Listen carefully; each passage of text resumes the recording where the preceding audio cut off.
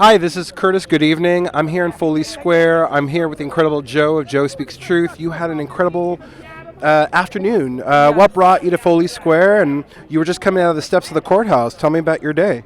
Well, I came in today to listen to the Maxwell trial. Obviously, I'm against any type of abuse when it comes to children, whether it's sexual, psychological, physical, mental, whatever. I'm against it all. So I just here hoping that justice gets served.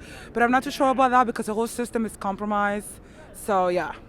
Now, you were sitting in the overflow room and you just shared some details. What can you share with our viewers since we can't really get the story really anywhere? Well, at first I was a little like, skeptical.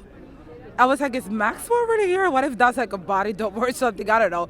But then eventually there were several times that she did not have the mask on, and I was able to see that it was her. Basically, she has longer hair now. There were numerous times that she put glasses on back and forth. There were times she was passing notes to her team of lawyers and stuff like that. She had a very calm demeanor. If you see her, you won't think any type of evilness or anything coming from her. She looks like a regular, normal person, okay? She's just so calm. She has a soothing presence from what I saw on the camera. No, she does. She does not look evil. You know, considering that this is really, in my opinion, the trial of the century, why is mainstream media, do you think, is making such an aggressive plan to suppress the information about this trial? Well, I believe that the media is always suppressing anything and everything that the people really need to know. What people need to ask themselves is how come the media only blasts certain things. When it comes to like racial tension, they blast that. When it comes to acts of quote-unquote terrorism, they blast that. But things like child sex trafficking, when people were in the thousands protesting against the mandates and in the millions outside of the U.S., like in Europe, they don't put that in. Why is that? Because there's certain things that they don't want the media to find out. There's certain things that they don't want to influence people to take some kind of action. So that's why I think that they're suppressing the information. Because with this whole pandemic stuff, they had a tracker of everyone that was dying of all the cases, but they don't have a tracker of everyone that dies of hunger every year in the world, which is more than 9 million. They don't have a tracker every time a child gets trafficked. So real important things, they do not put it on. And again, the things that we probably don't even need to hear, they'll blast that because the media is biased. They're not there to really serve the people, and then they're not there to inform the people. They have certain agendas, and that's why they go by. Now, myself and about 75 other citizens of New York came out in solidarity to help gain coverage of this trial of the century. But why aren't people coming out in the droves? Why don't we have more people who are angry? Is it only because when it pertains to their child? I mean, what is that? Well, to be honest, people like you saw the same thing with the mandates and the human rights violation. And even if you took this shot, you should be able to stand up for everyone to have equal rights.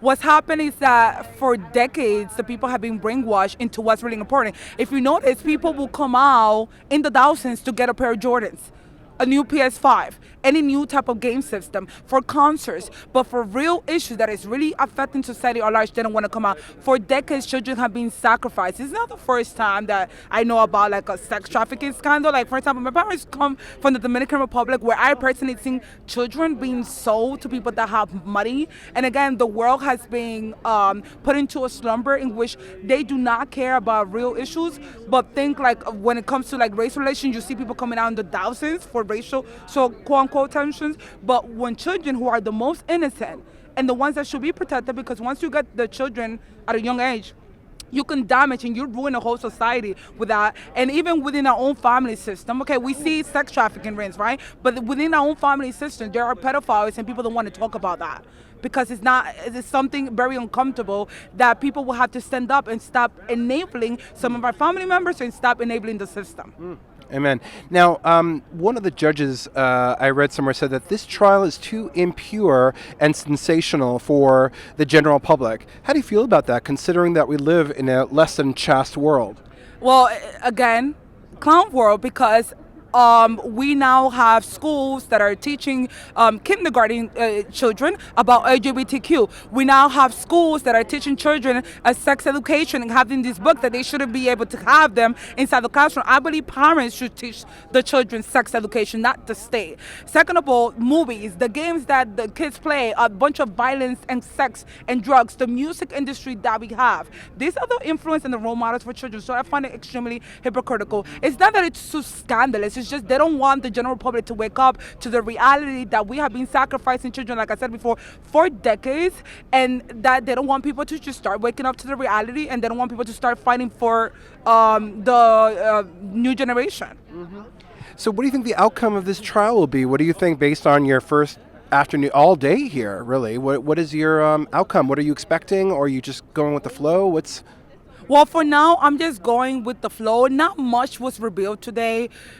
Basically, they started like giving us the story, how it started back in 1994, how they went around recording girls and things of that nature. And then it left off with them interviewing or questioning the pilot. So we haven't gotten to like the deep details. But if the justice system is going to do right, I'm going to be very shocked by that if it ends up that they find her guilty.